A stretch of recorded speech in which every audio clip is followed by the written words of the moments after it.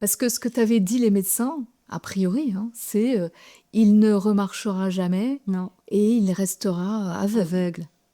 Et que c'était des séquelles très très lourdes à Putain, récupérer et très très longues si on y arriverait, si on y arrivait. toi, le jour où on Voilà. t'a dit ça, tu, Ouais. Ah mais tu l'as j'y accueilli croyais comment? pas. Tu y Vraiment, croyais pas. non, dans ma tête, il va y arriver, je ferai tout. Quand on a vu en plus ce médecin qui m'a dit qu'il fallait le stimuler tout le temps, c'est ce que l'on a fait. Et puis j'avais tendance à parler beaucoup, à parler de mes inquiétudes à la kiné, et elle me disait regarde d'où il vient, ce qu'il fait aujourd'hui, il sait ramper, il sait faire le quatre pattes. Crois encore en lui, continue d'y croire. Et puis, on va dans le jardin, il faisait beau, parce qu'on s'est dit peut-être que la vue d'un papillon, ça va lui donner envie de faire ce pas. Et elle lui tapote sur le genou, elle prend sous son poplité. Allez, allez, Théodore, fais pas le feignant, vas-y. Et je vois qu'il commence à mettre sa bouche à l'envers et il ramasse ses larmes.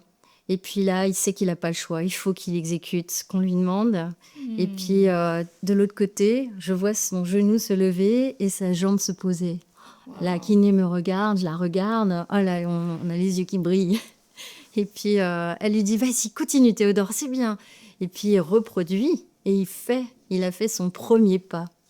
Alors là, on exulte, c'est la joie, on applaudit Théodore et tout ce qu'il a réussi, à chaque fois, on a applaudi. Bravo Théodore, bravo Théodore. Il s'est construit comme ça avec énormément d'encouragement, d'amour et d'applaudissements.